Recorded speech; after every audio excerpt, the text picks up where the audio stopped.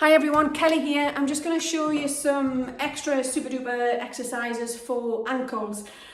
So if you've had an ankle sprain and you are going through the rehabilitative process and you really want to ramp it up and you want extra stability and strengthen those ankles, these are really lovely exercises to do. So first one is standing, both legs. Slight bend in the knee. We're going to brace ourselves, so we want your tummy button just pulled in towards the spine ever so slightly, so you've got a bit of core control.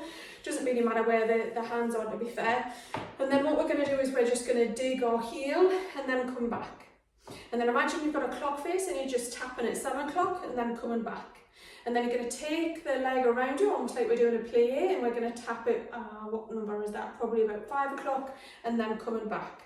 So it's really important that you reset each time, yeah?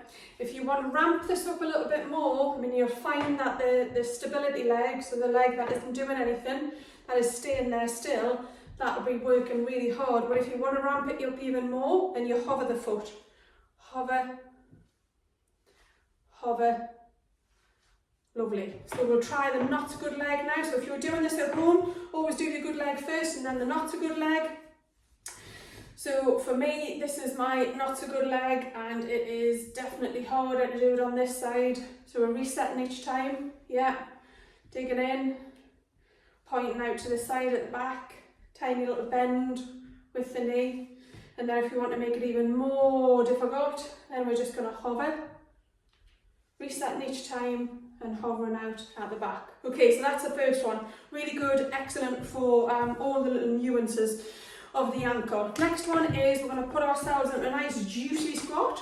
So you want maybe your feet to be at 5 to 1, 10 to 2, bringing yourself into a squat. Doesn't really matter how far you go as long as you're fairly comfortable.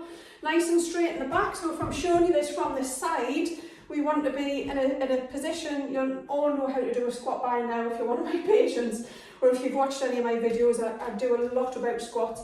You want your knees directly over the ankles, you almost want to be tilting the toes up a little bit. You want the back to be nice and straight, so we're not curving the back that way and we're not bringing it this way, so back's nice and straight.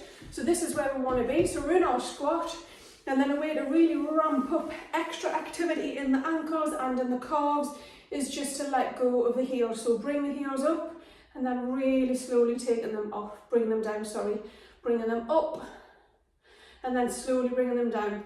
The trick is with this one, because what's going to happen is your foot is naturally going to want to roll out to the side, which is not what we want to do. That's called eversion. We almost want to invert the feet. So I want you to imagine that when you're putting your pressure through your feet, it's going right away through the base of the big toe.